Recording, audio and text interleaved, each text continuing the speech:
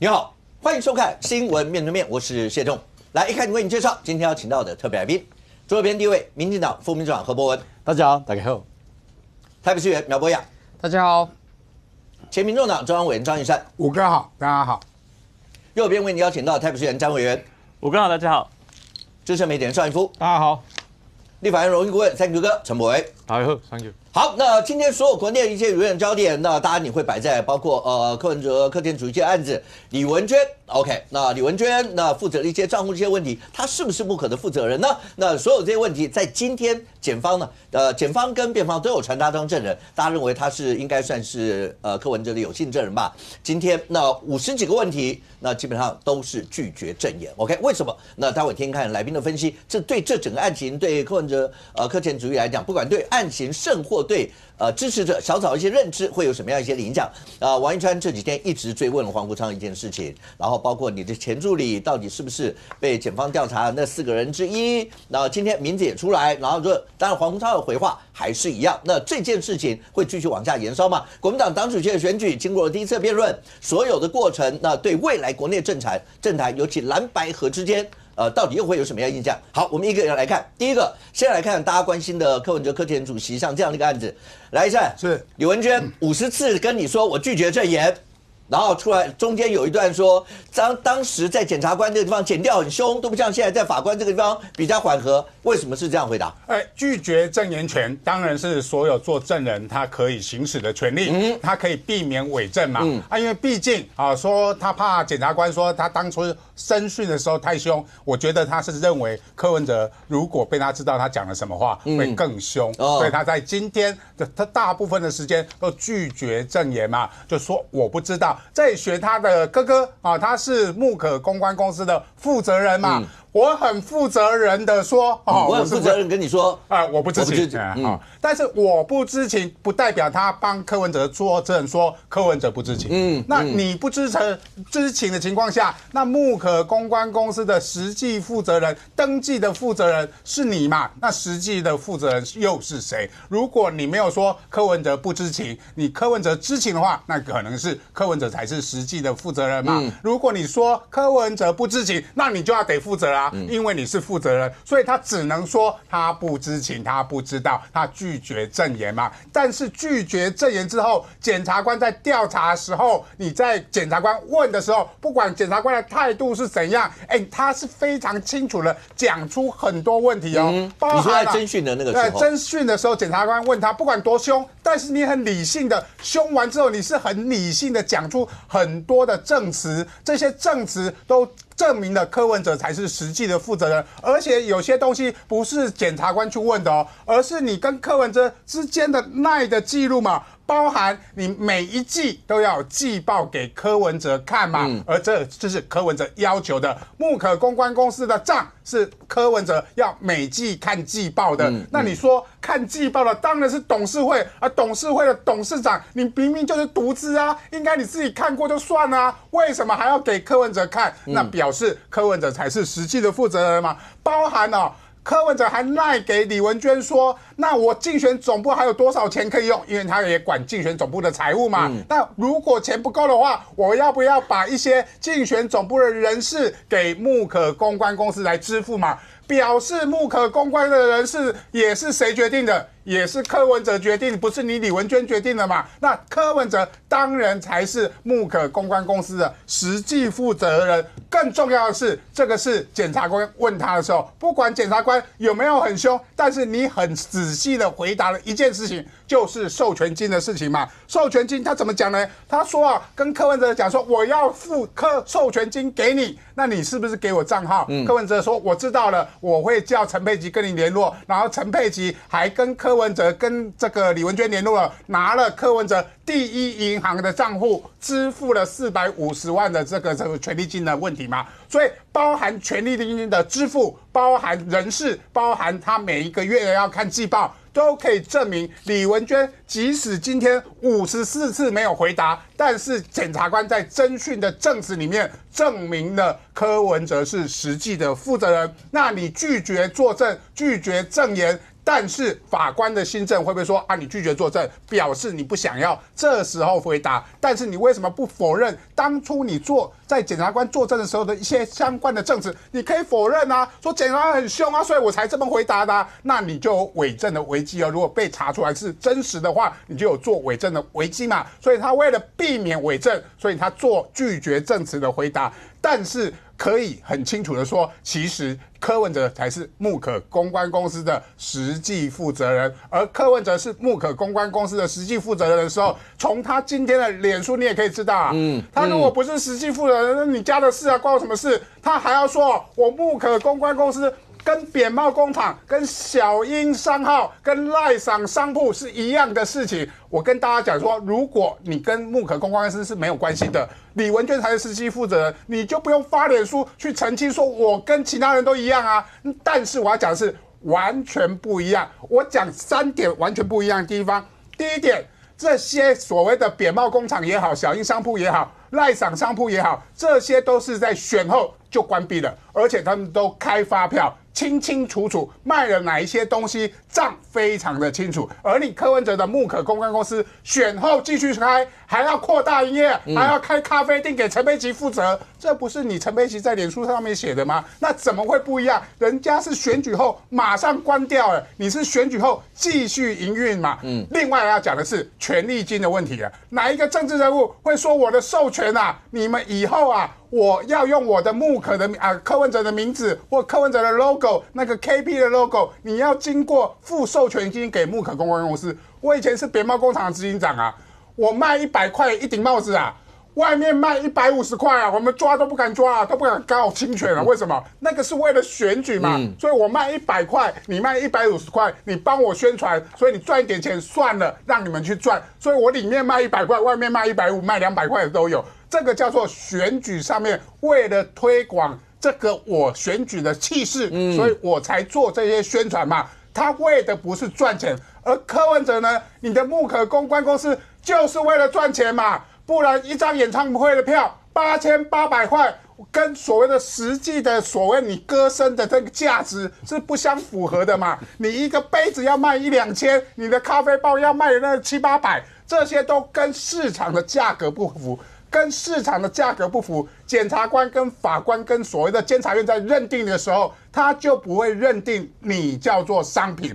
因为商品如果有利润，人家为什么要买你的咖啡包？是因为要支持你柯文哲选举，他就会认定它叫做政治现金嘛。所以我是因为要支持你柯文哲选举，我才去买了一张8800的演唱会去听那个演唱会嘛，那个叫做募款。而这些募款的行为，连他们自己人在卖商品的时候都讲出来嘛，直接陈志涵讲啊，自己的政治现金自己募啊，就卖的是木可的商品嘛，所以才检察官跟这个监察院才认定你们侵占了这些所有的小草捐给你们的钱，因为他们目的不是买这些商品，他们的目的是为了捐钱给你柯文哲去做选举的工作嘛，所以你侵占了这些政治现金的钱嘛，而柯文哲他的脑袋好就好在这里，他就是用政治现金为名啊，以选举为名，但是实际上行使是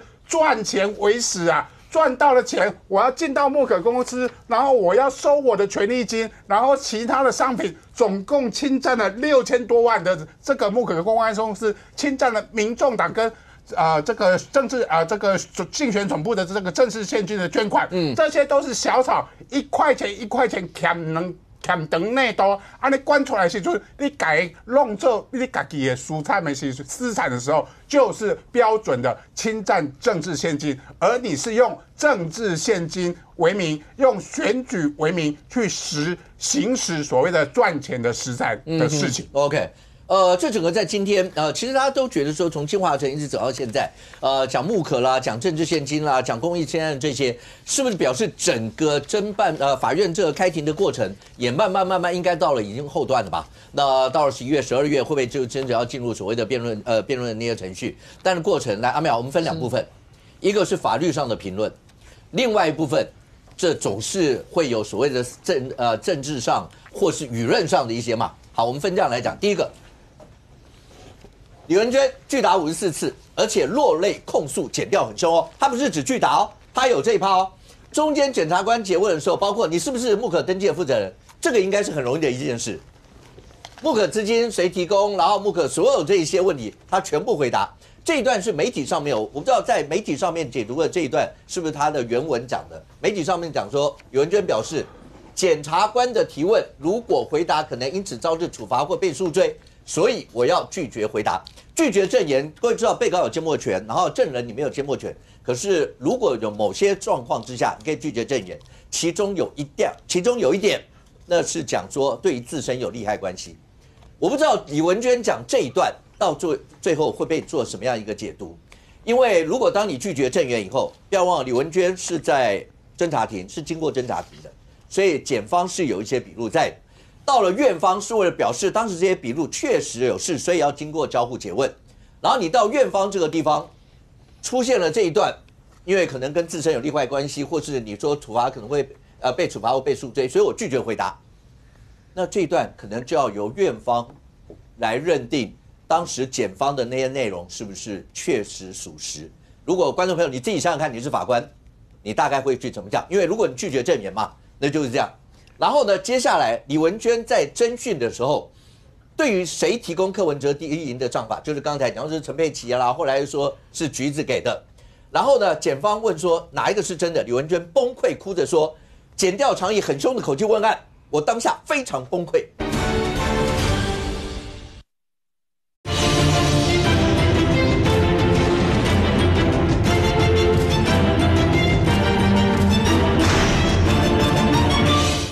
李文娟崩溃哭着说，检调常以很凶的口气问案，我当下非常崩溃，痛哭很多次。他当时必须给一个答案，有很多答案都用猜的，所以他真的也搞不清楚柯的账户是谁给的。检察官告诉李文娟，今天作证可以慢慢的说。公诉检察官都用很和缓的态度问话。李文娟不同意检察官的说法，他说那是你们在法官面前才这样问，你们在地检署调查局不是这样子问我的。黄国昌他说了，在法庭里面听到李文娟这么讲，即便没有身临其境，大概也能体会到李文娟当初承受的压力。所以阿苗，你可以想象出来，如果这一段出来让小草们听到会是什么感觉？是李文娟当时面临到连黄昌都说，那到底是什么样的一个压力？在法律上面，他54次的拒绝完以后，法官的认定上面，你觉得会怎么样？这个按照五哥讲的哈，两个部分啦，法律的部分、政治的部分。其实法律的部分，李文娟哦，她今天是证人身份出庭，但她同时也是本案被告。是。那无论如何，按照刑事诉讼法，他的拒绝证言权其实落在不自证己罪。就是任何人没有义务要证明自己或者是自己的至亲有犯罪。所以他有两个理由可以拒绝。第一个拒绝是说，我如果讲了会害我自己变有罪，所以他可以不讲。他也可以甚至什么，我如果讲了会害我哥变有罪，所以我也不讲。所以他这个拒绝呢，在法律上是 OK 的。但问题是，他有一个败笔啊。他不是从头到尾都缄默，他是选择性缄默，就是一般我们学理上面啊，选择性缄默这件事情，其实法官是可以去评价的，就是你一下讲一下不讲，你不讲的时候，那态度又跟你前面讲的时候好像不一样，那我要相信哪一个？其实法官是可以综合其他的非公诉性的证据啊，比如说你的 LINE 你的简讯啊，还有其他人的证词啊，去评断说你的现在的这个不讲啊，可能也没有办法去抹消你前面所讲的东西的证据能力。因为别忘了李文娟她在侦查的时候有讲，当然她今天抱怨说检察官、调查官对她好凶嘛，但是她在准备程序的时候其实也有讲，因为拒绝证言不是表示我否认以前的事情哦，我不是单纯否认之后，这个是不一样的态度。不一样。如果否认的话，要讲我否认。对啊。否认的话要讲说，我先前讲的其实那是假的对。但是你这样以前会不会有伪证罪的问题，需要再加以考量所以也许啦，他可能这段期间这1年来，他跟他的律师讨论，还是跟谁讨论有新策略啦，但是。在法律上因为他这个是选择性缄默的缘故所以也不能够说他今天一直拒答就可以否定掉他以前所讲的东西。那现在问题就来了，他以前所讲的东西是什么？其实他侦查中的东西，因为起诉书上都有写嘛，然后准备程序在法院的时候，媒体都有报道。他过去讲的东西，其实都指向他是一个人头董事长，包括什么？包括这个木可公司，李文娟可能在他成立的过程当中，可能也不是股东，可能也没有出钱。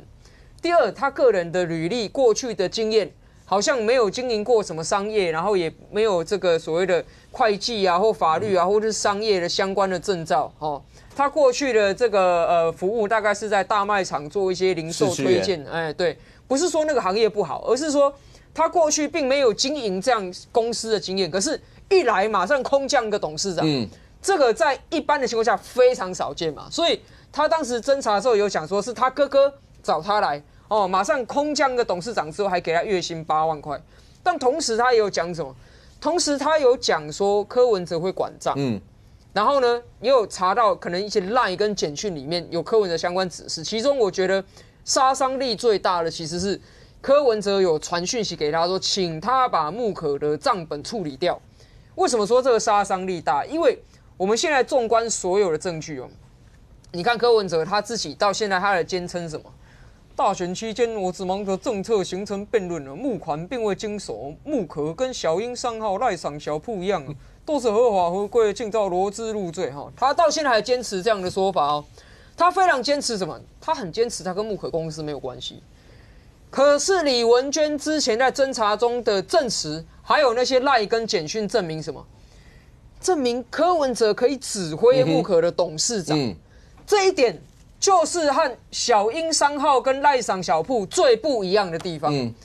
因为这个小英商号哈，他如果是委外一个厂商去卖小英的这些商品，蔡英文没有去指挥他的董事长说，你要把那个账本怎么样啊？然后这个赖赏小铺，他有些是说，自己卖了之后变成政治现金放到政治现金账户，或者是说他委外把他的商标授权给一个厂商之后，这个厂商自负盈亏。赖清德也没有办法去指挥那个厂商的董事长说，你现在这个盈利你要分给我450万，还有呢，你那个账本要怎么处理都没有。可是柯文哲跟木可最特别的就是，第一，他可以指挥木可的董事长管账；第二，木可还有给他450万的肖像费，这个是以前政坛上没有出现过最特别的点。好，那柯文哲为什么可以指挥木可董事长？就目前他们所承认以及揭露的资讯，柯文哲连木可的股东都不是，他也不是木可的任何董监事，他在法律上跟木可维持一个很大的距离，说我根本不是你木可公司的任何人，那你为什么可以指挥他呢？其实这个是李文娟的这个所谓人头董事长一说，为什么他受柯文哲指挥，在法律上我觉得柯文哲最难解释、杀伤力最大一点，所以他今天选择性缄默，他没有去解释啊。他没有去解释说，我收柯文哲这些指示来处理，明明我是董事长，为什么要被他指示？他没有解释哦，他就是不讲。好，那不讲怎么办？怎么样变换社会的观感？这就是政治层次。很简单嘛，检察官好坏。简单讲就这样。柯文哲从头到尾打这个所有案子，不管是金华城的政治现金的贪污图利或侵占了，他的诉讼策略就是一个，就是检察官很坏，赖清德很坏。那这个李文娟，当然今天他没有直接炮打赖清德了，但是他的策略也是你们都凶我，啊，检察官调查官太凶了，落泪。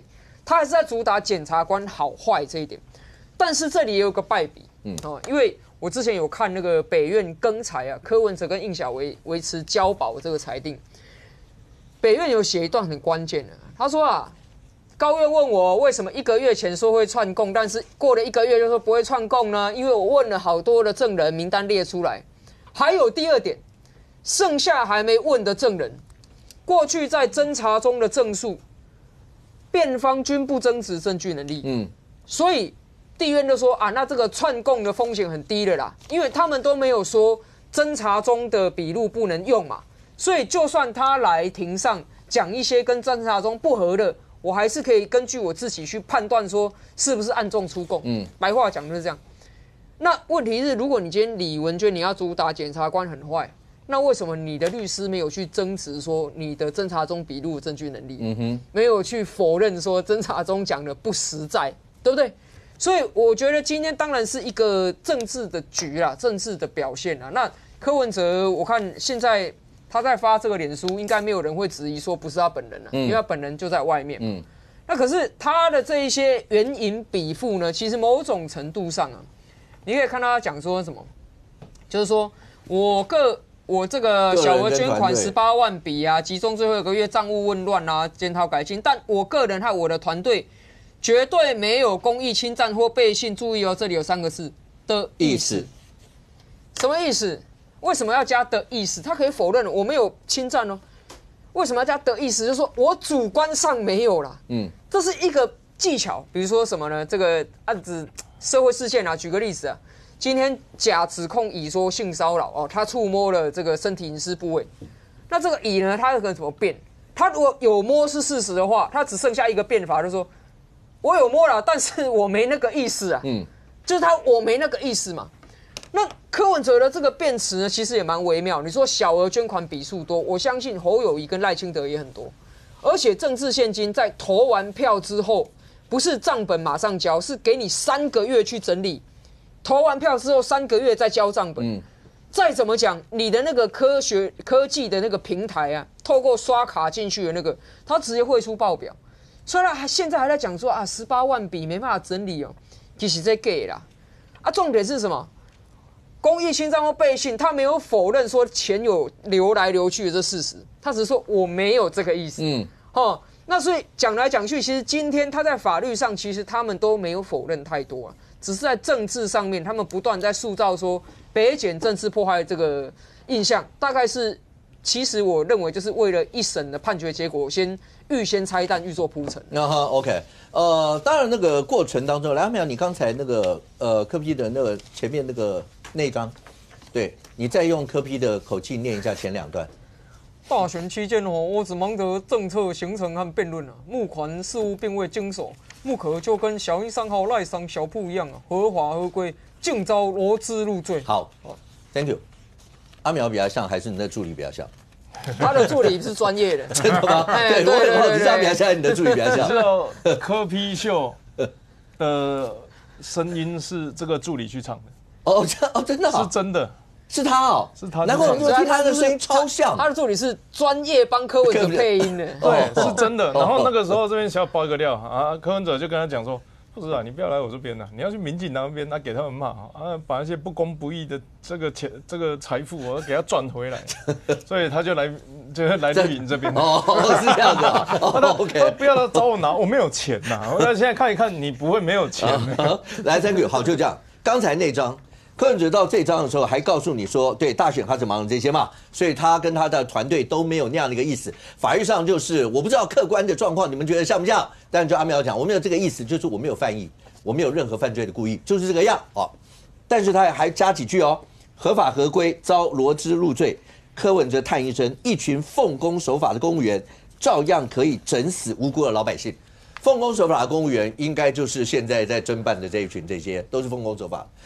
整死无辜的老百姓，应该就是柯 P、李文娟，然后包括李文忠，所有这些，他没有讲明了，但是我觉得他应该讲的就是这些，包括刚说到第一个，李文娟讲的法律上是一回事，但是中间他一定要加一段，你们好凶，你们那时候让我崩溃，让我什么什么，黄国昌出来就告诉你说，你想想看，他那时候压力有多大。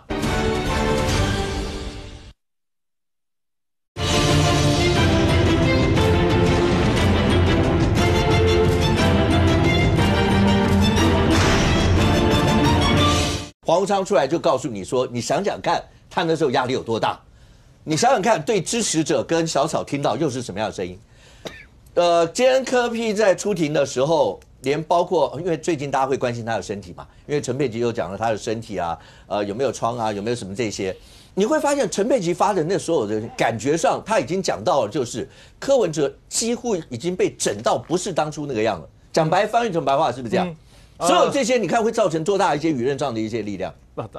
他当然是希望大家多多讨论啊。不过我从我对柯文哲的认识的角度来看，他其实虽然一方面在做司法上面的抗辩，但我认为他现在正在做路线上的选择跟党内的整理啊。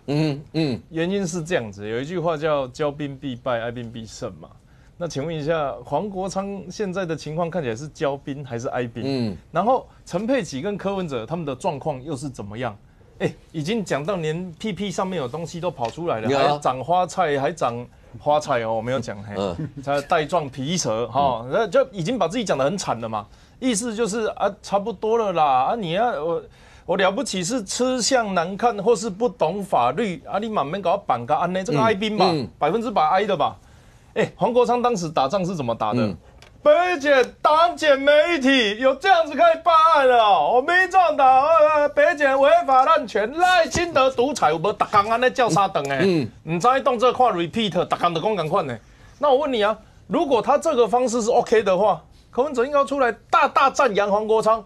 我的柯文哲1毛钱没有拿，1块钱没有花，所有捐给我的都清清白白。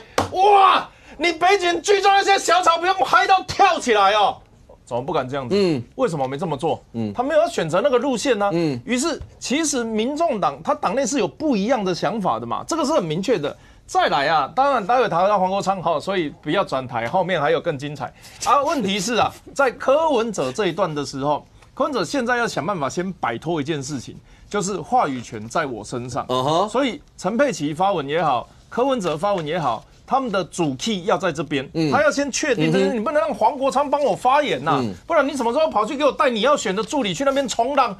你冲的是浪啊，哇，拆的是我的台啊，造的是你的事啊。到时候如果真的怎样呢？你们身上穿的都是民众党的衣服哦，我告诉你，我让你来带个有林海，出来看一看党产，被哇。我如果当初那些钱没有放在党产，放台积电，现在150%了，对不对？现在党产被黄国昌花掉1半多2/3，绩效没有那么差的，所以他出来的时候，第一个找回主导权，第二个啦，坦白说，我司法的部分我没有办法像大家讲的那么细，不过就柯文哲的反应来看，我认为他应该是大部分都给你了啦，就反正啊，你们都查的差不多了啊，我是能怎么办？对不对？我现在唯一能救的事情，除了大家很比较阴谋论啊，或者是比较远，是用政治来影响啊，不管是什么蓝白合选总统啊，或者是用我当筹码在政治上谈判，但在司法上，你到底要怎么诡辩这些事情？你现在看他的发文啊，这些坦白讲就叫苍白无力啊。你真的觉得自己没罪的东西，绝对不会是这个样子。你也不需要在去年要进去之前就道歉嘛。所以他的东西，不管是穆可、政治现金这些，我想大家都已经有一个心里有一个底了。那接下来他要强调的只有一件事情。好啦，我有啦，关太久了。有这样子处理事情的啊。他现在是没有讲呢，要不然他心里一定是这样想啊。民进党那个谁啊，国民党那个多少亿啊，他们哪有关我那么久？他心里一定这样想。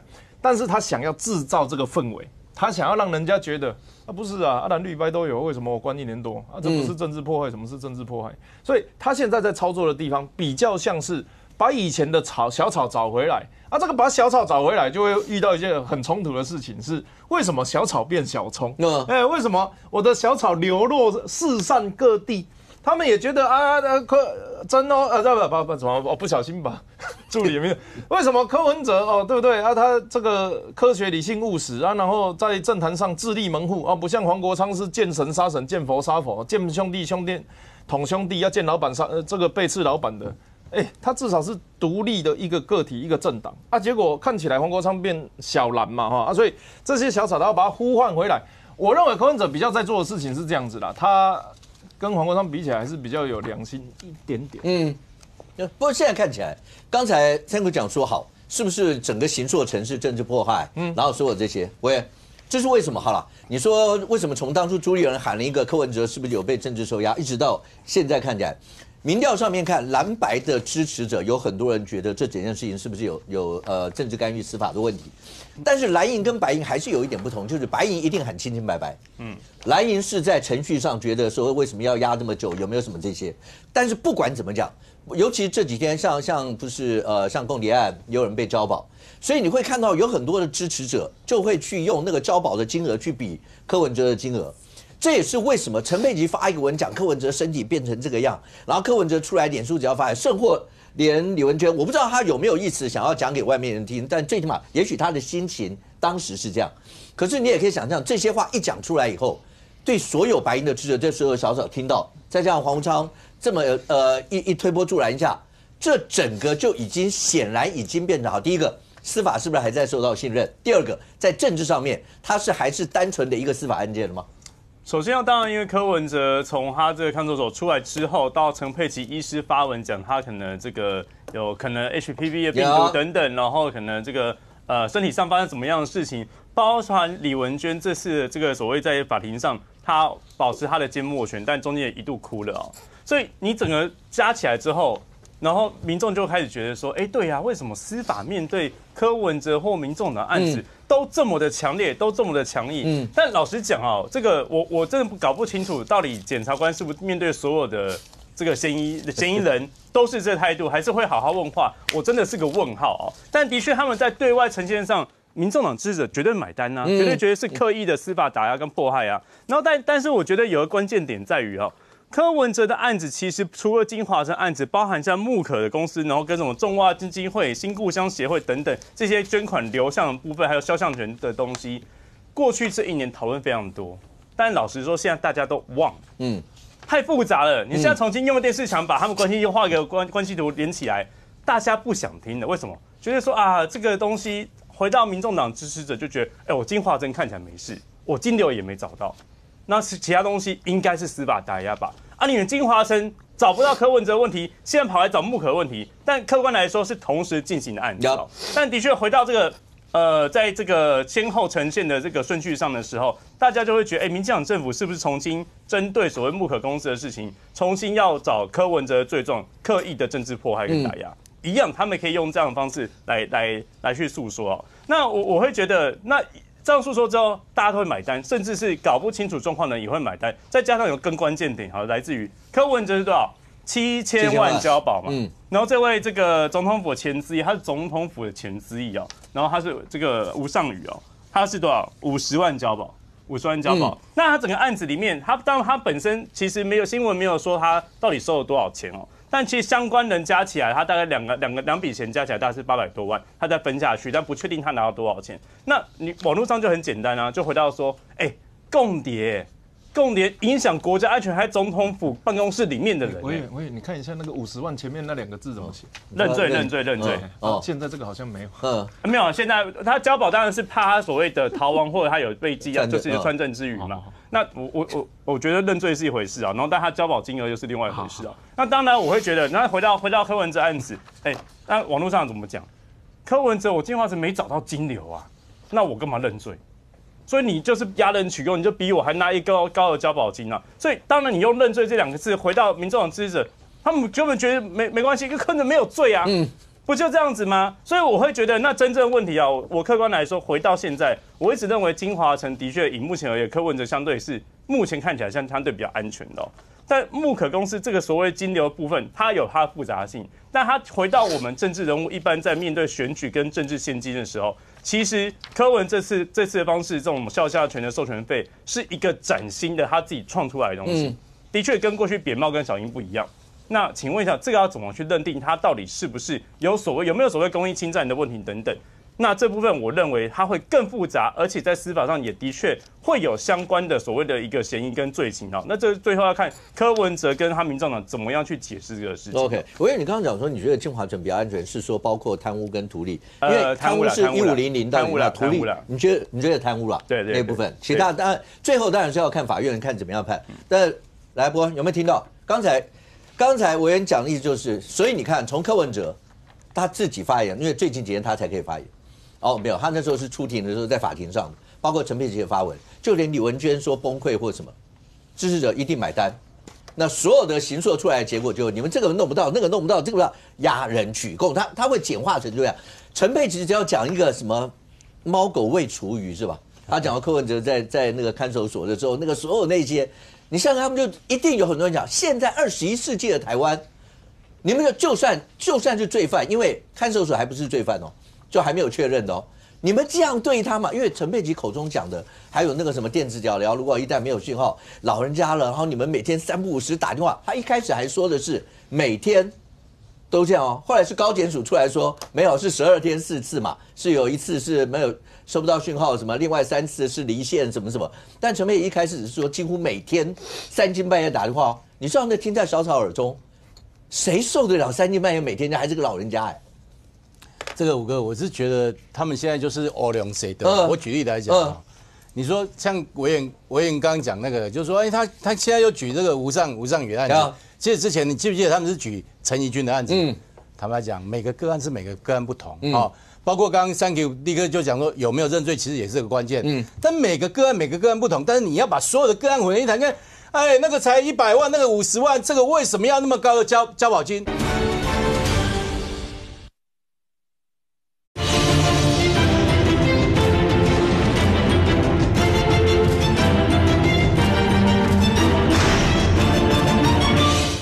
但是你要把所有的个案混为一谈，看，哎，那个才100万，那个50万，这个为什么要那么高的交保金？我随便举一个例子哦，例如说，好，那个同样去告这个妨碍名誉或者是这个民事妨碍名誉要赔偿啊，这个你告木村拓哉，好，木村拓哉告别人，他可以要求1000万，木村豆桃哉要求1000万，人家说你是什么看长，你懂我意思？那就不一样嘛。所以你硬要说木村拓哉跟木村豆桃哉他们的妨碍名誉都是一样的标准，那不一样就是不一样。好，那我的意思说这个一样啊。你说柯文哲，然后你跟一个已经认罪的议员的那样的一个所谓的助理费的这个诈领案，跟这个吴尚宇这个他也已经认罪的这个共谍案，你说啊，通通要摆在一个齐头式的平等。坦白讲，这个就是这个光是他这样的一个论点本身就已经是对这个法律的一个非常，我不认为他是完全不懂，但是我认为这就是故意在曲解，故意在扭曲。好，那第二个刚刚讲到这个看守所的环境，请问是只有柯文哲受到这种不一样的对待？例如说别人都有这个坐式马桶，结果只有你用蹲式的，不是这样吧？或者别人说里面2桶水，只要你是这种，人家别人是可能3000cc 的水，只有你是500cc 的水给你洗澡，是这样吗？当然不是。我相信他在看守所里面，他所受的待遇搞不好都比别人更好。那我要讲的是，包括这个民众党都还带立委去这个北检啊，什么这个土城看守所，都去那边勘察过、会看过，不是吗？如果真的有问题，你那时候就提出来说，这个受刑人待遇很不好。所以我认为现在民众党是无所不用其极的，一直希望用各种似是而非的理论来模糊这些焦点。怎么会有一个政治人物说我的肖像要授权而且还先这个1500万先给木可公司，木可公司还要再拨450万给你个人，这个还没有问题吗？我坦白讲，真的不要把现在的年轻人都当作完全是愚昧无知。如果你真的是把那个当宗教，那没办法，那又是另外一个领域。形而上的，你就是把它当作教主崇拜。可是如果就现实面来讲，就法律面来讲，这个是扯到不能再扯的事情啊。另外他要讲，他说什么他的屁股啊，什么对啊，之前是讲这个什么褥疮啊，什么疮，后来人家说怎么可能？外科医师出来讲，那不可能啊哈。然后他也不是坐式马桶，他蹲式马桶怎么样有办法去做出这个？后来陈佩琪自己讲了，说他是什么 HPV， 我要讲不要讲 HIV 啊，HPV。那这个部分，请问你得到 HPV 到底是什么原因？真的是因为看守所的这个状况环境不良导致的，还是说你有另外怎么样的原因？这个没有人知道。那你要在做这些指控之前，我坦白讲，我觉得现在不管北检呐或者是这个土城北所，或者是甚至是这个北院跟这个柯文哲牵扯到的这些检察官跟执法人员都非常的倒霉，因为他们很可能就是因为这个民众党用这种小草，用这种民粹，导致他们会收到很多不白之冤。我觉得真正受伤害的是这些执法人员。不过刚才博文讲的，我可不可以简单问一下，你要长跑基层嘛？基层国民党的支持者对于柯文哲，因为我刚刚讲小草喊清清白白，国民党的支持者，你自己在跑的时候讲到柯文哲这些，一般的态度会是怎么样？觉得他都没有问题，还是也会有一些打问号的也蛮多，或者怎么样？这个为什么笑？我老实讲，我们遇到基层支持者不太讨论柯文哲。真的吗？就是因为他们我觉得我们自己的党员或支持者会认为说，民众党包含柯文哲，他们有他们自己的事情。那的确，柯文哲面对已经华城的事情，当时讨论是比较多的。但是因为后来华城他们大部分是什么态度？刚开始有这些不同金流出来的时候，大家当然会认为说，怎么好像跟柯文哲一开始讲的状态不太一样，就跟他立下的所谓政治标杆跟人设不一样。但后来关键金流没找到之后，其实对金华这案子，国民党支持者没太多的这个讨论那更不要谈为什么我刚刚会开始讲穆可的事情，原因是因为穆可就更复杂。那一般对柯文哲不关心的，或对于这件事情不关心的，其实根本不会想去细究他的问题。那你回到整个国民党跟民众合作，支持者会觉得说我们目的是要跟民众党合作。虽然柯文哲对民众党有一定的象征性的意义跟重要意义，但毕竟他现在不是民众党党主席，那合作黄国昌也的确握有他一定的影响力嘛。所以跟民众党合作，跟民众党合作或跟柯文哲合作，对支持者来说，他还是有些不一样的。OK， 尚哥，现在看起来的话，我刚刚为什么会提到说，那这整个已经不单纯是在打一个司法的案件？而整个舆论跟政治战，显然某种程度会不会有压过这种味道？柯文哲也很清楚，尤其民众党的支持度上来看的话，年轻人是居多的，所以他会不会觉得说，他在年轻人这一块，他一直不断用这样的方式，是更容易让年轻人能够接受他现在这一些的讲法？因为年轻人包括创意无穷，包括成长性或各方面会比较大，他会摆在这一块啊。那难道就只因为蓝绿对于年轻人的吸引力已经不再像以前这个样子了吗？蓝绿对年轻人的吸引力从这个2024年选举，其实某种程度上就见真章了。看得出来，绿在年轻选票跟蓝在年轻选票的时候，真的是远远不如民众党。那民众党的现阶段存在，或是跟蓝白谈条件最大的，也就只有这一块。如果他们连这一块都没有的话，那蓝根本就可以不用谈了。那他的最大的就这一块嘛。那当然司法，我常说司法就去打司法策略，拿证据啊，去谈证据能力的问题嘛。那可是现在是只在谈证据，只在谈司法吗？当然没有嘛。你看柯文哲从庭内到庭外从羁押到交保。他什么时候不谈赖清德？当然他最近是不讲话了是因为25号嘛？对，大家那个因为羁押嘛，到25号，那检方抗告最后是到25号嘛？那就是他那个抗告期10天到嘛。那抗告期10天，当然越少话越好嘛。越少话越好，就是我不要再被北检抓到什么可以有力提抗告的理由嘛。你记得北检上次说，我们也不是要押人押到死啊，是你出来的时候跟那个陈志涵他们证人坐同台车啊。那柯文哲，你说北院才还是700万交保，7000万交保，那北检要不要抗告？就等着看吧。甚至于说，身体不好陈佩琪写到这样，今天看到柯 P 那样。是符合的符合的，不然陈佩琪写成这样，然后柯文哲还像9月9号那个轻盈的脚步跨上北院的那个阶梯，就不符合了嘛所以你看出来是不符合的嘛。那另外一个就是说，已经压成这样，身体出很大状况的时候，北检北院考虑一下吧，不要再压了吧，然后社会舆论小吵的嘛，不要再压了吧。其实多重目的啦，我也不认为是单一目的就小吵。其实你现在诉诸小吵，身体好不好，对司法上面并没有太大的帮助嘛。那身体不好，唯一就说不要再压了，有帮助嘛。所以我认为那是不断的在提示多重的嘛。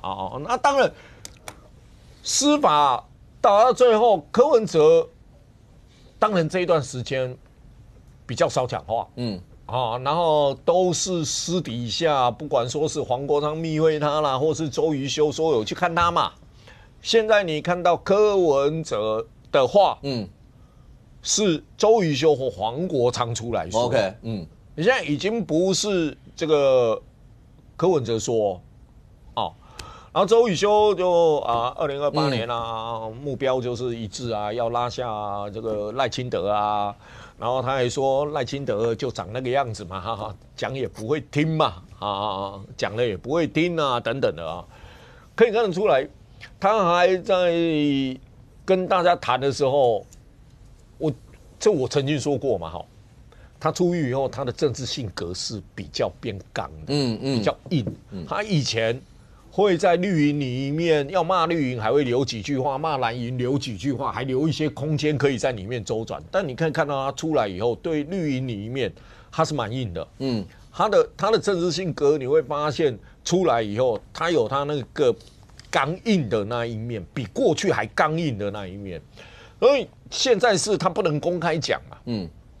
但是不要忘记，他9月8号出来的时候就讲撕裂台湾、撕裂什么啊，要检讨，什么还不检讨怎么样？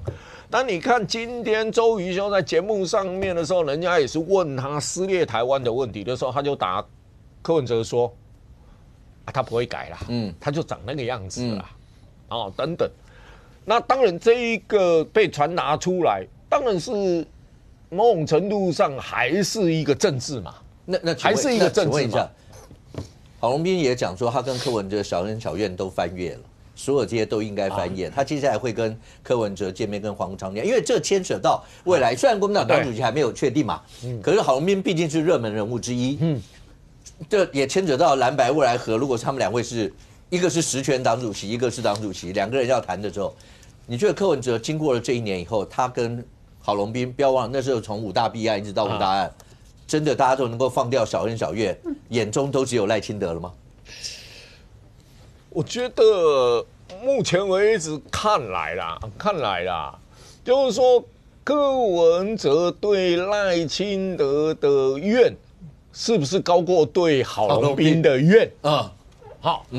其实当然，郝龙斌当时是因为台之光的案，好不容易加拿大看完极光回来，台之光的案就跟柯文哲杠上了嘛，当然跟柯文哲杠上的时候过程，我相信我们几个影片都看过，对啊，一个是跟陈学圣一个是看他们直播的时候，那个讲话之呛的一定有图利，一定有图利，一次是讲300亿，一次是讲100亿，然后后面还有一句话，一定有罪。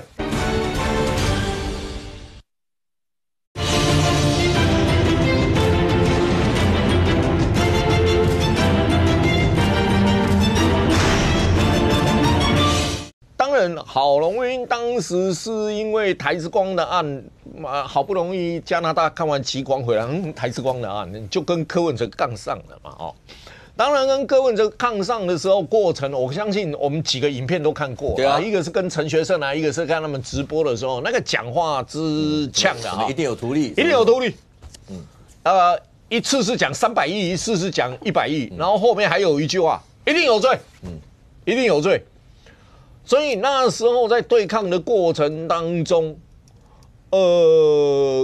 其实，在选前，其实民进党议员就有在挺计划成案，对。其实那时候并没有热起来，其实反而是台之光案热起来，郝龙斌那一段话以后，把那个金华城整个拉起来嘛，然后里面形成一个对比是。一个392一直不放，到柯文哲是520变840，它会形成一个很强烈的对比嘛。那这一比下去的时候，说图利有罪、300亿、100亿的问题等等，就是说柯文哲可以完全放得下情绪。可是你刚刚自己说了，那2个恨。会不会因为对赖清德现在情绪然后压过？情绪是一回事啊，对，我对赖清德是这样，但是我对郝龙斌的情绪又有意思啊。今天如果说是当初一直声援对柯没有讲恶言的人，对赖的情绪跟对我跟你谈的那个情绪的对比，我可能对你没情绪，我们2个人可能对他，但是没谈的时候，你知道柯文哲的个性嘛？就好像在马英九办公室啊，什么，其实他会吐侯友宜，他就会在谈的时候，他偶尔就会吐你一下，吐你一下。合作嘛？他还是在现场会吐啊，这个事后里面都有传出来嘛，他就会吐嘛，他里面还会吐侯友宜啊，吐什么的啊，那不是在谈合作吗？对啊，后面也签了吗？对啊，但他照吐侯友宜啊，那侯友宜为了合作被吐也得闭嘴啊，那除非是说党长谈着没事就吐一下郝龙斌，郝龙斌要闭嘴啊，哎，他的个性是会这样的哦。好，那你说郑丽文，你也一样啊？那影片拿出来，当初骂柯文哲那个用词不是更难听吗？是啊，晚上那个当然少女的祈祷来，我们就要到嘛。那不是用词也很难听吗？但是你回过头来，现在2个人呢？现在这2个是最热门的啊，对啊。然后对白是什么态度？现在对柯文哲是什么态度？对啊，此一时也，彼一时也啊。OK， 这个政治现实大概就是这样，在未来会不会真的就是这样？但是大家你看到从柯文哲、柯建主义案子一路往下，接下来是对蓝白合国民党主席又会是怎么样？可是这几天在国内这件事情还烧得蛮热的，因为大家都会关心。先让观众朋友看一下包括民进党的委员王一川王委员，然后直接点名了，包括黄国昌或点名徐长要出来解释啊，说什么，甚或今天连是不是有黄国昌前助理的名字也都出来了，到底怎么一回事？来让你看一下。这是2016年黄国昌的收支的分析里头有一位李姓的助理，这位李姓的助理他总共领了人事费用的支出是33万303元那因为他这位李姓助理跟不起诉处分书里头的4位涉案人员的这个1、2、3、4的第2位是同名同姓如果这一位领你薪水的李姓助理就是跟拍我的狗仔之一黄国昌，你该负起在政治上的相关责任了，你自己要出来表达。所以他的指控是什么？他认为说您有在那边含沙射影，一天到晚在秀下限，讲一些蠢话，我就直接回答，我根本懒得理他。Thank you， 听到没有？懒得理他4个字结束，我就直接回答懒得理他4个字，然后6个字。那个你连前面都要就有就有，没有就没有啊！你不是律师吗？你讲一大堆，然后检察官等下要拍桌子，你又说我检察官态度很差，那么感动，不正讯问。对嘛？我跟你讲黄国昌如何回答？如果没有的事情，他说怎么没有？这个就叫没有。那如果有的事情就是太太生气，懒得理你。问这什么白痴问题？是不是你主管叫你来的？你是不是很委屈？他就会讲一大堆理由。何必？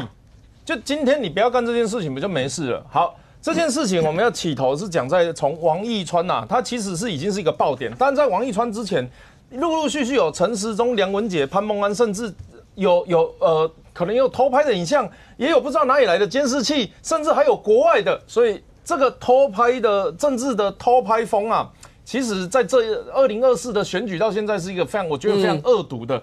另外一方面是号称被跟踪什么谢龙介啦，什么韩国瑜那个市政府他们有装追踪器在我车子里到今天也不知道找到哪里，然后每次看他讲话都觉得他模仿林峰，现在是我们的立法院长，真厉害。但是他们从来没有举出证据。我几百万斤的油蛋伫咱们水库也到今天我们也没有看到柚子。但是呢，这个偷拍风大家一直都在跟民进党的民意代表讲说去告陈时中就不用了我也不知道他是说不用还是没有啦，反正就没有嘛。他选市长的时候有搀扶出去上车，那反正后来就不了了之。梁文杰也被拍，那个时候还不是陆委会副主委，史哲都被拍过。史哲虽然也是政界的大人物，但坦白讲知名度还没有全国性那么高。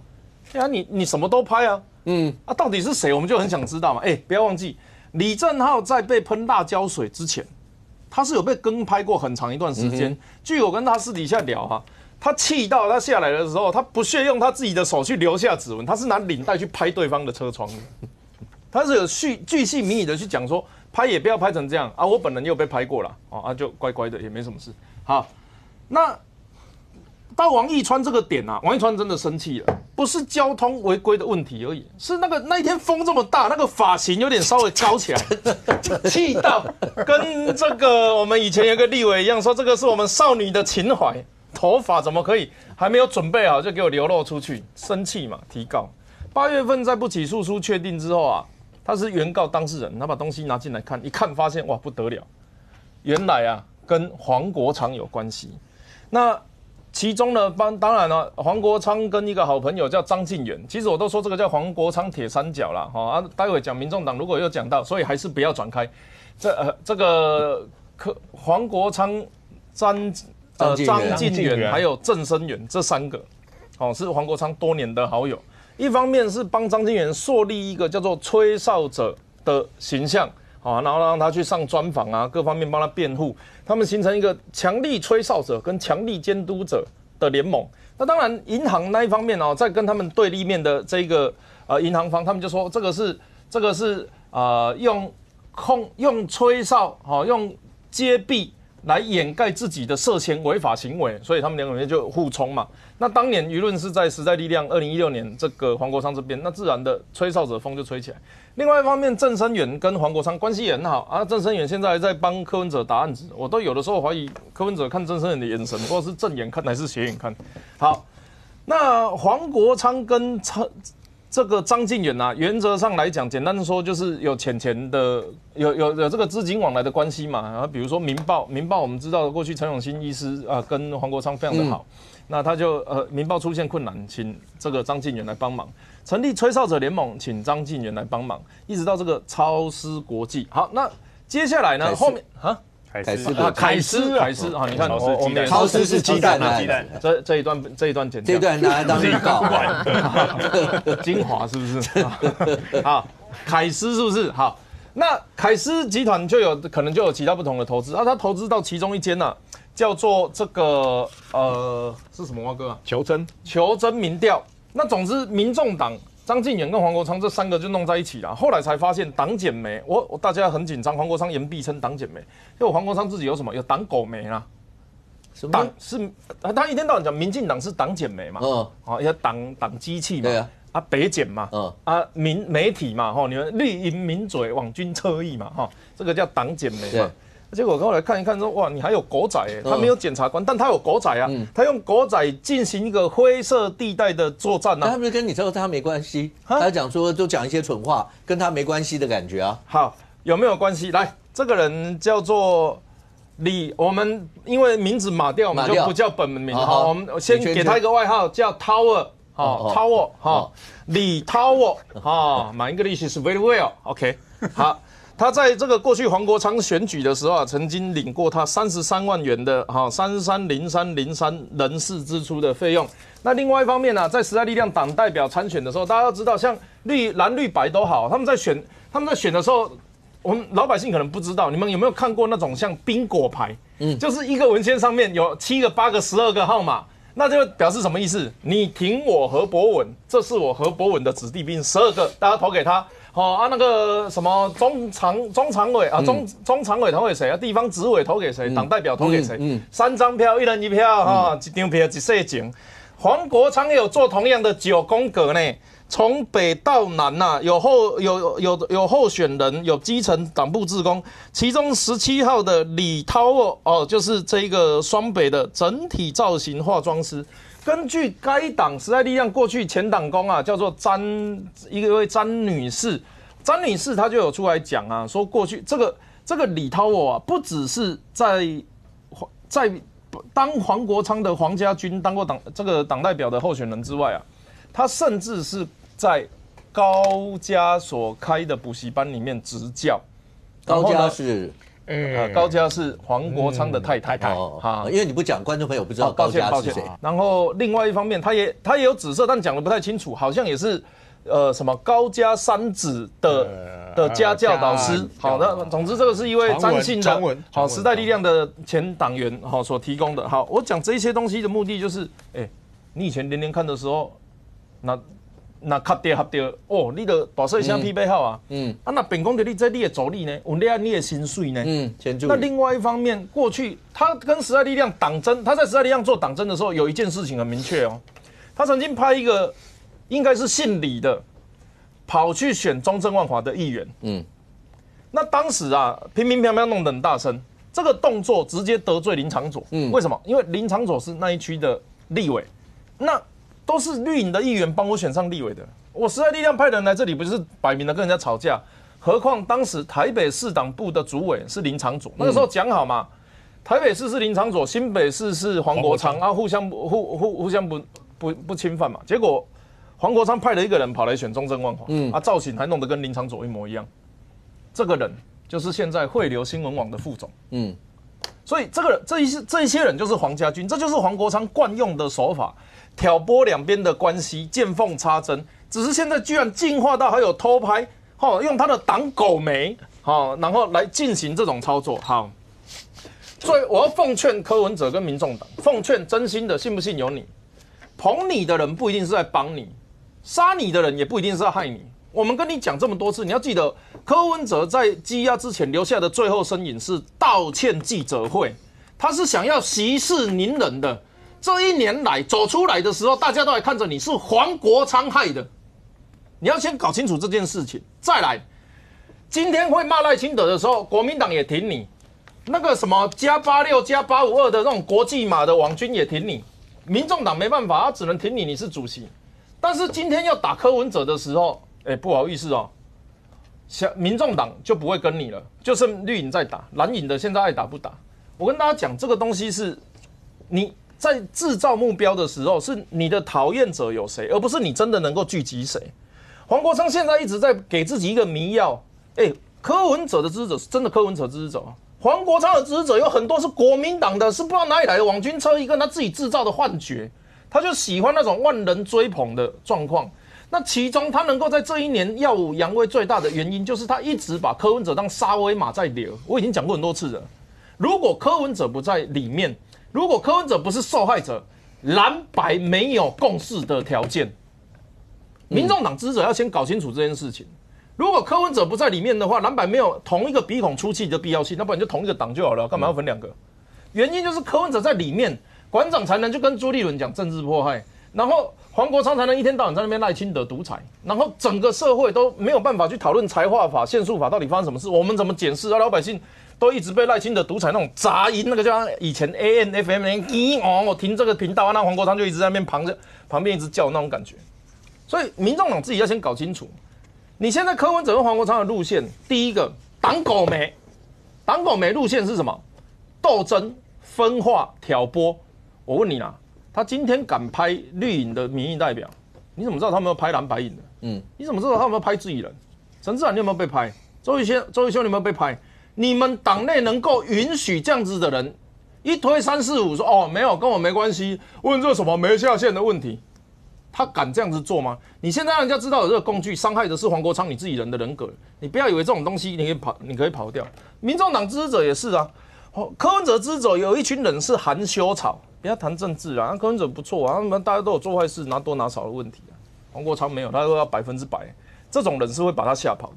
所以黄国昌他把盘变小的情况，他现在想得到唯一的方法就是骂赖清德。挺柯文哲，然后怎样整党送给国民党，这是可见的路线，甚至是在已安排好的议员选区里面塞自己的小仓仓嘛，对不对？已经讲好谁要去哪里去哪里啊！现在黄国昌就换黄国昌忠诚辩士啊，挺不挺我？挺我啊！你人去选队啊，你挺我啊，你去选队，挺我啊，明年你这里贵。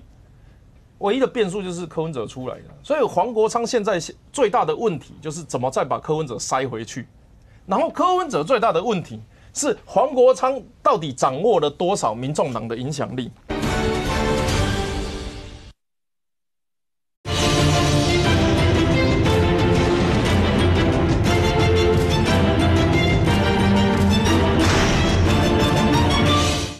甚至是在已安排好的议员选区里面塞自己的小仓仓嘛，对不对？已经讲好谁要去哪里去哪里啊！现在黄国昌就换黄国昌忠诚辩士啊。挺不挺我？挺我啊！你人去选队啊，你挺我啊，你去选队，挺我啊，明年你这里贵。唯一的变数就是柯文哲出来的，所以黄国昌现在最大的问题就是怎么再把柯文哲塞回去。然后柯文哲最大的问题是黄国昌到底掌握了多少民众党的影响力？最后我用柯文哲跟我聊天的时候讲到的一个概念，给民众党的支持者参考。我组织一个政党，那政党有直营店有加盟店嘛，直营店一定是就听我的我们大家就互利共生嘛。那什么是加盟店？来者不拒，去者不追嘛。但是来的时候可能要签一些声明啊。我后来看到黄国昌的那个下面放弃党务声明，我就了解了，这个就加盟店啊。所以今天我们在讲的这一些连看，这一些什么党代表33万助理，什么党媒，民众党媒的副总啊，个对咧跟派狗仔。我问你啦，我就问民众党的支持者，这个田是柯文哲的田，还是黄国昌的田？张晋元的钱是柯文哲的钱，还是黄国昌的钱？今天柯文哲为大家背哦，为你陈志涵20万背，为你周瑜修10几万背哦，他背着这些钱在那边挪用什么？涉嫌侵占民众党政治现金6837万，那他买4300的商办，他为民众党背这一切哦。请问这一些人是为了民众党在干事吗？这一些人有在民众党的编制里面吗？柯文哲，你认同这样子的政治操作吗？请2024年曾经一票投给民众党，你还没有决定蓝绿白要支持谁的，你们去想一个问题：现在的民众党跟你认识的阿北已经不一样了。不过，如果这整件事情，如果照刚才3Q讲的呢，你听到黄国昌的回应，就轻描淡写就告诉你，意思就好像干我什么事？你们有什么证据要说？所以他会用一些蠢话啦，用什么这些？但医生是我的感觉啦，也有很多人这样讲说，看来王玉川不是把东西都丢出来的感觉，好像他丢了一个头，所以他后来才会问一个问题，不是吗？他问说，黄国昌，你跟什么那几个人有没有在8月就是不起诉以后？有没有碰面？有没有什么？他是有问这些问题，是感觉上一般照大家觉得媒体上的那个作业法，就是我问你，我先丢一个，我问你，你再回什么，我再丢什么。感觉上有人觉得是这样，这后面整会延烧很大吗？因为像李正浩他是讲说，这已经变成他的角度来看，他觉得有点像台版水门案，会搞到这样子吗？台版水门案就是你如果是一般的媒体，就说真的，媒体的狗仔嘛，狗仔跟监政治人物，因为他们都是公众人物嘛，去做跟踪的动作，然后给媒体去报道这个东西，赚所谓的广告费也好，流量也好，这都是正常的行为。但是这家到底是不是媒体公司，是大家疑问的问题嘛？所以昨天他们先丢凯斯公司的这家公司嘛，凯斯公司这个过去啊，曾经是法人代表张晋元派了2家公司的法人代表嘛，一个是民调，一个就是求真民调嘛。所以刚才讲党狗媒还加上调调是民调的调所以求真民调，蓝白合最讨厌的民调公司就是求真民调嘛。当初什么让38让68，就是这缸求真民调。所以其实它类似一个控股公司，它有投资媒体，它有投资民调公司，当然它自己也有征信的业务所以是不是有这个征信的业务提供给媒体昨天民报切割民报说我们在2024年已经转手，不是再给张晋元作为法人代表了。也就是说转手了。他说2023年9月，2023年9月，张晋元2023年6月就下来了。对，然后后面有到了一家投资公司，姓骆的投资公司，然后再转到龙岗投资公司。那民报一直说他们跟这件事情是没有关系的。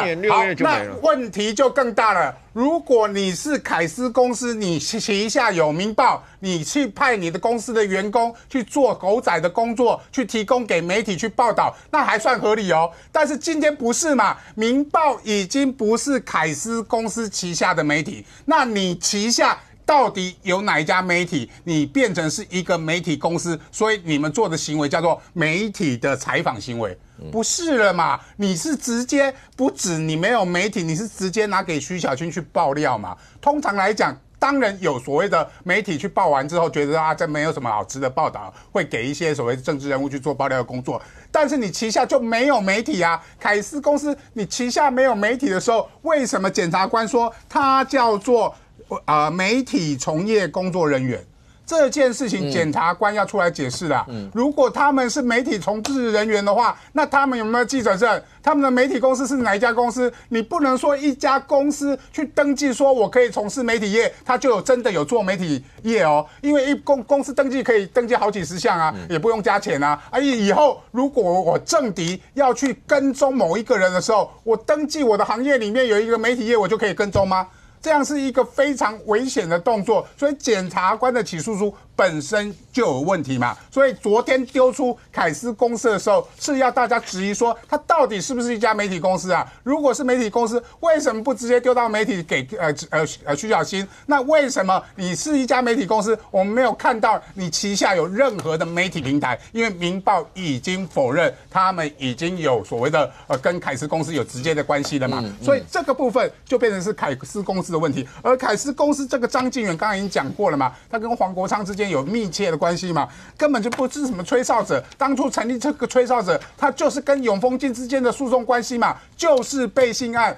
黄国昌我们常常笑他没执业过什么律师案件，他执业过4件，其中有1件就是帮张敬源当辩护律师，所以你就知道他跟张敬源的关系有多深厚。因为如果一生中他只办了4件案子，结果这4件案子有1件就是张敬源的话，表示他们2个之间的关系密切嘛。那除了跟张敬源之间的关系密切之外，他跟柯文哲之间的关系也很密切嘛。除了所谓的求真民调2024年爆发很多的争议之外，拿了柯文哲的政治现金1000多1000万，将近1000万，那做了20次民调嘛，引发蓝白之间的一些争议嘛。所以求真民调也是张敬源作为法人代表，当然现在也是转手了，而转手的那个人也是跟黄国昌那个关系也非常密切的所以这家民调公司还是黄国昌的直属公司。提醒一下国民党啊，李四川要跟黄国昌做协调式民调的时候，一定要拒绝求真民调，那一家就是黄国昌的公司啊。另外要讲的就是说，他跟柯文哲之间还有就是市府永丰帮嘛，因为永丰集团张敬源从永丰金离开之后，带了许多人到了悠游卡公司，虽然他自己没有进到市府了，柯文哲曾经2次要他做副市长，甚至一度要提名做民众党的不分区立委嘛，他都拒绝嘛，他觉得他要帮柯文哲做民间友人，去处理一些事情嘛。柯文哲也被发现跟橘子去密会所谓的张敬源，他也是被偷拍掉但是媒体报道媒体直接报道他去密会柯文哲去密会的张敬源到底谈了什么我们不知道，但是跟民调可能有关系嘛，跟蓝白合可能会有关系嘛，所以这些事情表示这个张敬源跟柯文哲跟黄国昌之间是有密不可分的关系嘛。那今天再度爆料是这个所谓的玉金呐，以 thank you 公英语，我讲台语这个李姓助理有金这个人，他被发现在2016年黄国昌在选汐止的立委的时候，领了黄国昌竞选总部的33万的薪水嘛。事实上，他从2016年就跟黄国昌认识了嘛，所以才有刚才人家问你说你认不认识这个助理？现在王一川讲你这个助理涉入了偷拍案件，那你到底知不知情嘛？问他这个问题，他当然不会回答。我后来知道他为什么不会回答了。Thank you， 刚才讲他的理由一定有一项叫做我老婆会生气啊。问他美国爸爸的时候也说老婆生气啊。原来这个老婆也会生气，因为他跟黄国昌的关系不深，他跟他老婆的关系很深啊。这个是詹玲瑜就是时代力量的前党员，他的前夫跟黄国昌的关系也非常密切所以他跟黄国昌之间就不好了所以这个这个等一下给码掉这个人在实力是用李爱妃这个名字招挑。而且他据说高家有开补习班，李爱妃也在这个补习班里面教课，而李爱妃苦心经营夫人派路线顺利把他的一个助理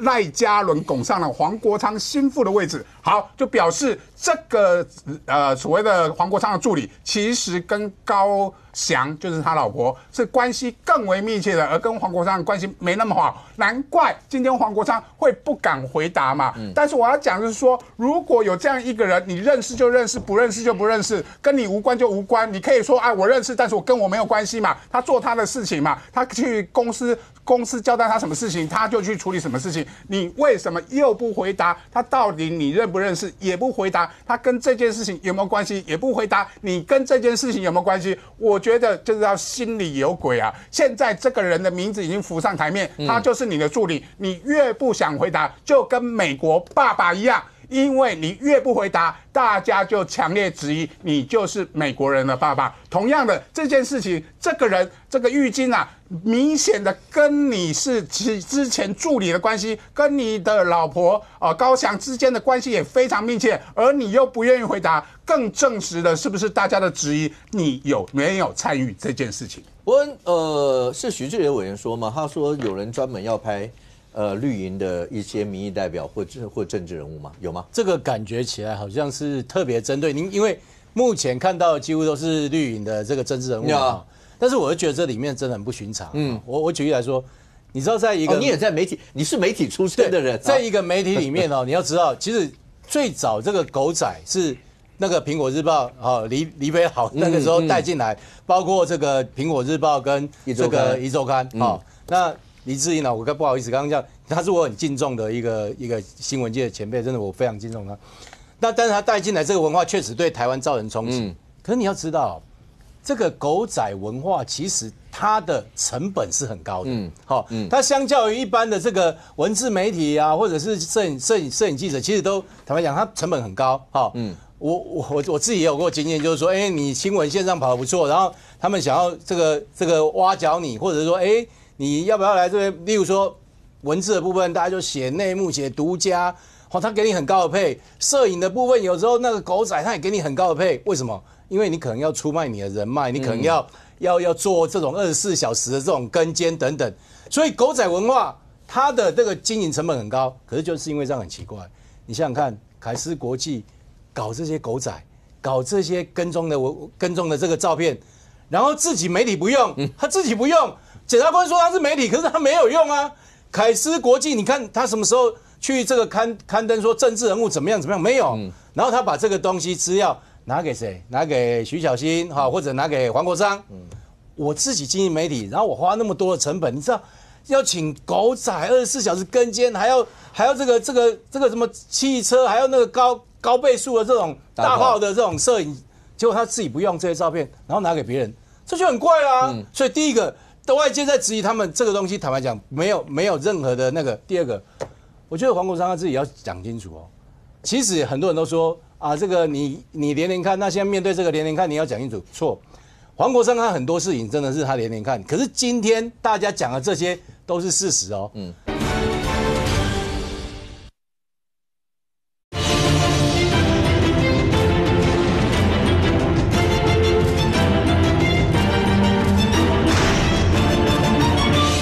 要请狗仔24小时跟监，还要这个什么汽车，还要那个高倍数的这种大炮的这种摄影，结果他自己不用这些照片，然后拿给别人，这就很怪啦。所以第一个，外界在质疑他们这个东西，坦白讲没有任何的那个。第二个，我觉得黄国昌他自己要讲清楚哦。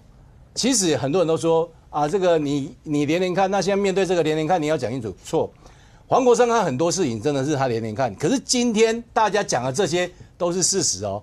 那个大家今天包括那位李女，大家是为了保护她，因为她也毕竟不是什么公众人物，但是这些都是有名有姓。我跟大家讲，从王义川他前天开始爆料，他讲这些事情，坦白讲这也不是爆料，这就起诉书上面，然后他从起诉书上面的名字，他开始溯源，每一件事情每一条线索都是清清楚楚，有名有姓，也没有凭空指控哦。这些也都是具名指控，也不是说我写一个内幕或写一个报道，然后当事人不敢站出来，我只能够据了解据指出，然后当事人还要用牛皮纸袋盖起来，或者声音这个伪造都没有。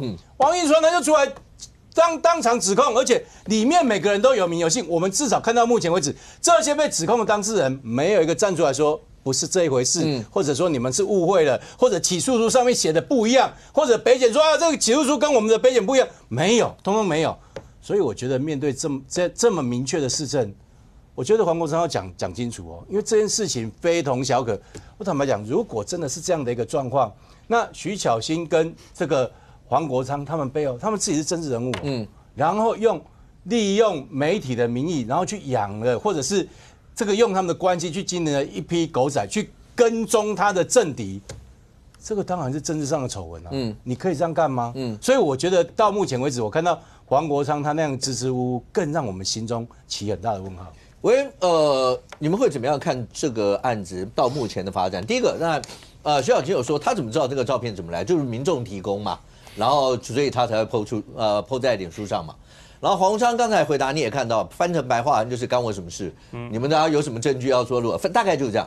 可是你听到博文刚才讲的，如果是真的有人用这样去跟拍，就其他的政党的政治人物，好，你讲政敌也好什么，那还有像我刚刚讲，譬如正好讲的是话更重，他用到台版水门案，观众朋友知道水门案。对，这应该照年纪应该是只有上公知道。我们大家其实那个离那个时代都很久嘛。水门案就尼克森那时候，共和党搞了什么事情？监听啊，对他们去监听了民主党，结果后来被受豪盛顿邮报吧，就把他踢爆以后，共和党当时的总统尼克森因此下台。所以如果你提到水门案，大家会吓死，所以这是一个很大的一件事。当有人把这个做类比的时候，会变成是这样吗？我觉得好，首先我觉得跟拍不对哈，就是说你跟拍，即便你就拥有所谓媒体的，不管他是不是真的媒体啊，自称媒体也不管第四权还等等，你去进行一个政治人物跟拍，目的是为了什么？为了找出他私德上的缺陷。那其实我觉得政治攻防就是大家就政策，然后就议题好好攻防就好。那我认为这个是不必要的。但我先回到徐小新的部分啊。但也的确，我们身为民意代表、政治人物，的确会有很多不同的爆料。那爆料我们拿到的时候，第一时间是什么？确定爆料内容是否为真。好，譬如说这个，因为那个毕竟拍的蛮明确的，后来可能还有拍到那个一川违规左转，没有违规左转是他的车，还不确定是不是他的车嘛？那你看到他下车，他就刚刚不会讲那个风很大的问题，所以就确认是他的车之后，那按照这个逻辑，徐小新拿到这民众爆料，他就觉得事情为真。那老实讲。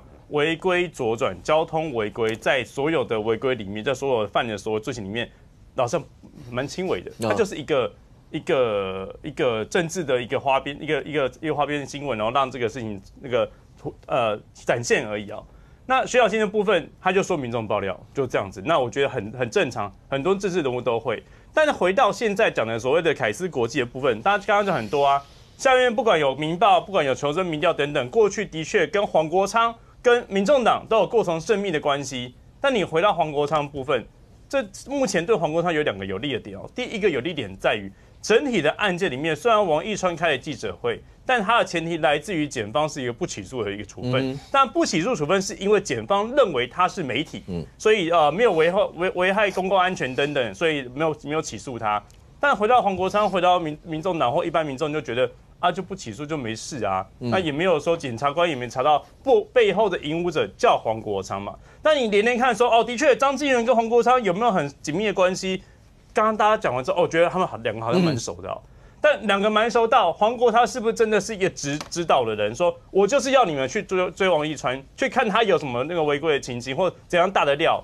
但老实讲，如果真的是黄国昌指使的，现在结果我很失望啊。你花了那么大力气去跟，最后跟到一个红灯违规左转。老实讲，这个我是黄国昌的话，我真指使我也不敢拿出来啊。我还要被发现背后是我在，所以我觉得，当然你可以连看，觉得他们关系很密切，没有错。但你要抓到黄国昌真的有指使的证据，目前没有嘛？所以黄国昌还觉得说极其无聊，他根本不用回答嘛。当然你说王一川有留个影子，说可能就是后来有没有跟他们见面嘛？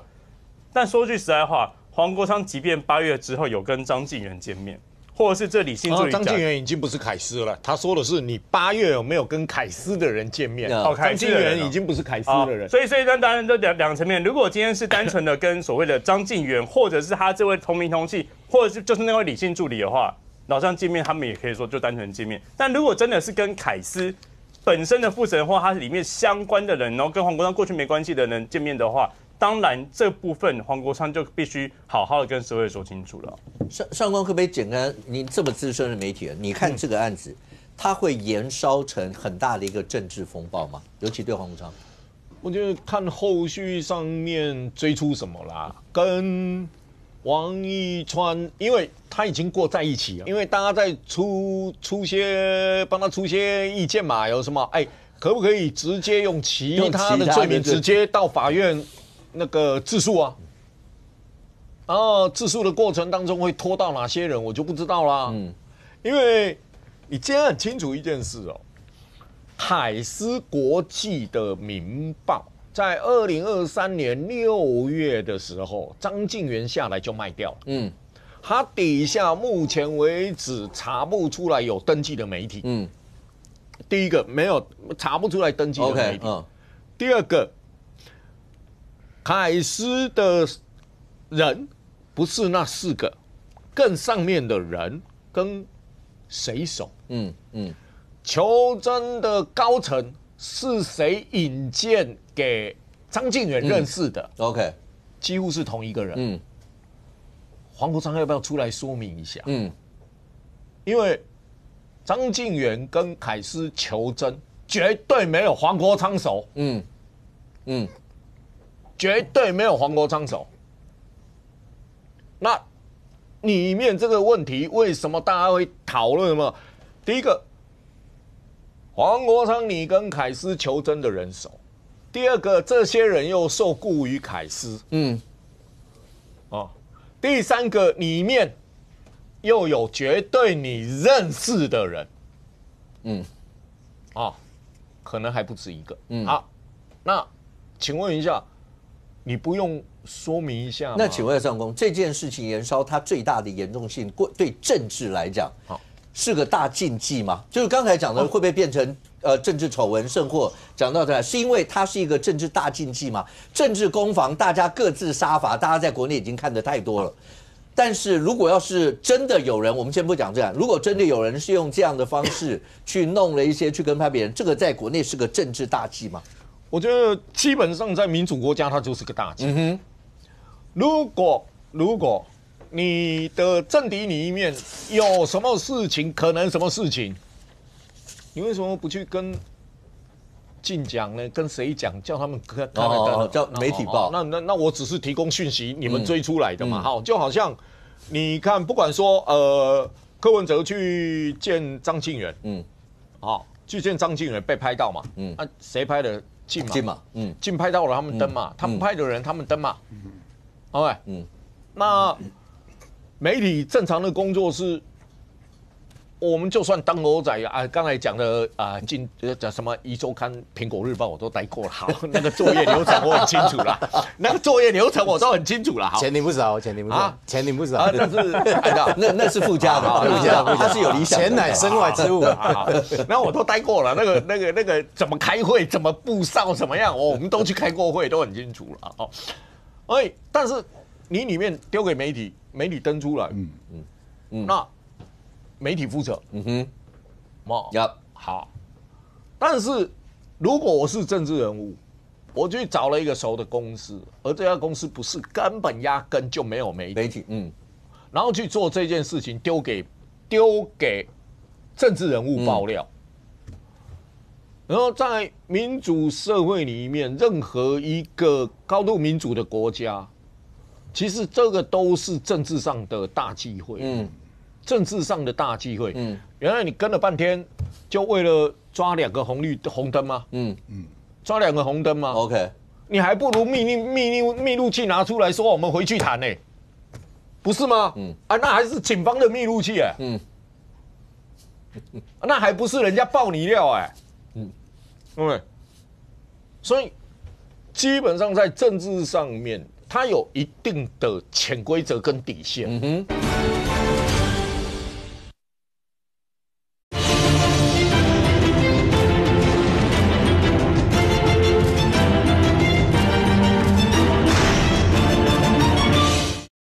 如果我是政治人物，我去找了一个熟的公司，而这家公司不是根本压根就没有媒体，然后去做这件事情，丢给政治人物爆料。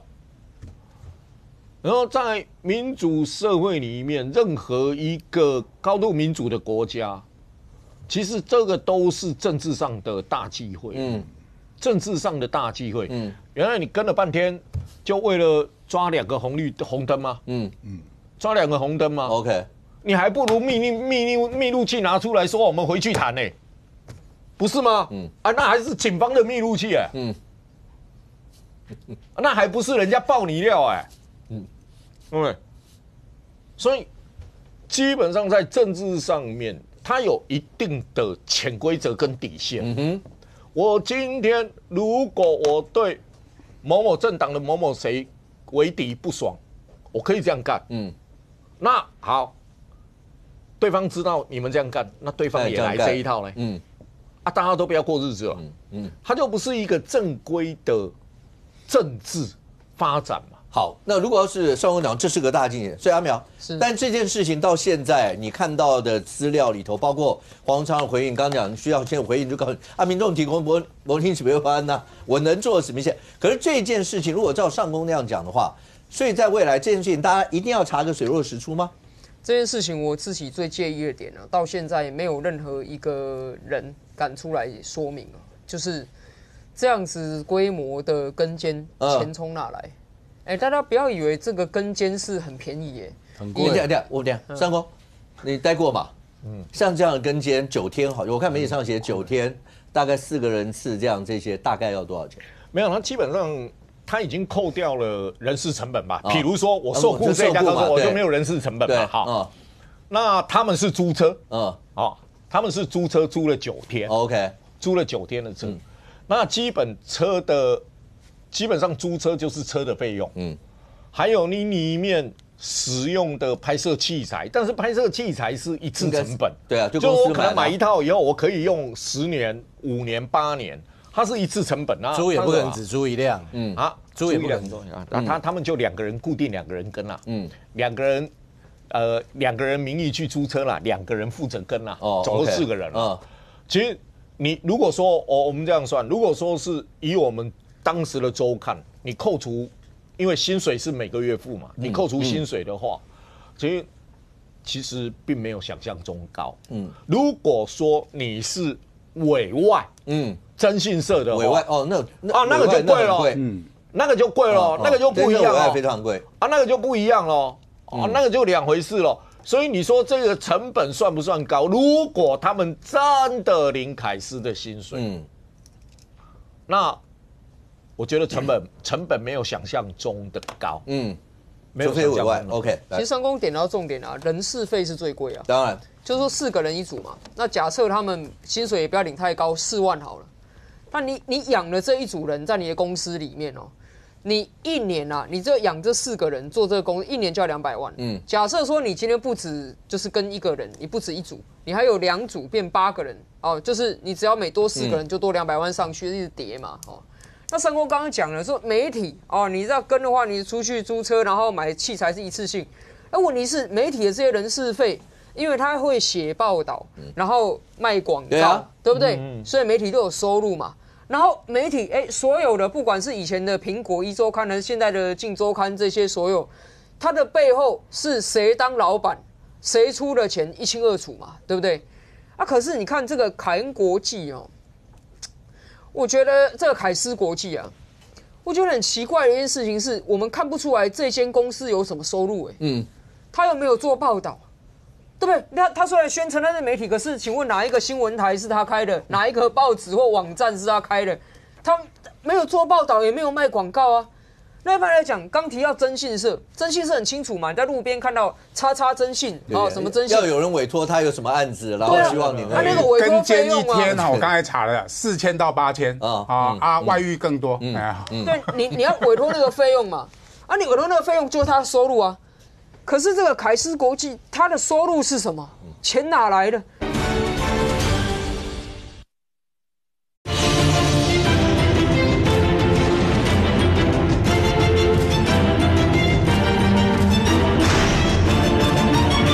然后卖广告，对不对？所以媒体都有收入嘛。然后媒体所有的不管是以前的苹果1周刊还是现在的镜周刊，这些所有，它的背后是谁当老板，谁出的钱一清二楚嘛，对不对？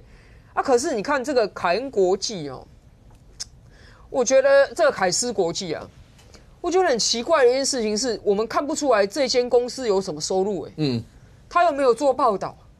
对不对？他虽然宣称他是媒体，可是请问哪一个新闻台是他开的？哪一个报纸或网站是他开的？他没有做报道，也没有卖广告啊。那一般来讲，刚提到征信社，征信社很清楚嘛，你在路边看到叉叉征信什么征信，要有人委托他有什么案子，然后希望你那个委托费用跟监1天我刚才查了4000到8000外遇更多。对你要委托那个费用嘛，你委托那个费用就是他的收入啊。可是这个凯斯国际，它的收入是什么？钱哪来的？它的这个，如果我们讲回归商业，最大问题就是我们看不出它的商业模式，它的 business model 是什么？他的委托人是谁？还是他的媒体、他的广告主是谁？我们没有人知道啊。那这个问题有什么好重要？其实我讲啊，在一个民主国家哦，就算是犯罪的人，政府要跟监他都要有法律授权的。就算是犯罪的人哦，政府也不可以随便说什么派一个人随便去跟你啊。不管是检警调，他上面说啊，我今天就跟监一个谁都要打公文，都要这个啦。更不用说更严重的是24小时要这样子看着你啊。那现在问题是在于说，没犯罪的人，那时候以这个案子王义川来讲，他那时候甚至还没就任立委，他就是一个没有官职身份，他没有犯罪的人。那有一组人不知道是受了谁的委托，或者是这家公司到底在干嘛，竟然请了人去跟他。我说民主国家如果可以有这件事情的话，那我觉得有个疑虑啊，就是说你背后这个金主不明的情况下，他会不会成为，比如说外国的政府，或者是说什么样的有心人士，他就是有政治的目的，出了钱在供养这一群人当中，去针对政治做侦防，做政治的跟监。OK， 那民主国家可以这样吗？尤其是什么？尤其是他拍到的这些东西，他也没有做报道嘛，竟然跑到政治人物的手中去打什么？做政治攻防。那我就问一件事情啊，这跟以前早期的这个威权时代的时候，那时候是政府去跟监所谓的异议分子嘛，然后拿出来之后做政治攻防嘛，对不对？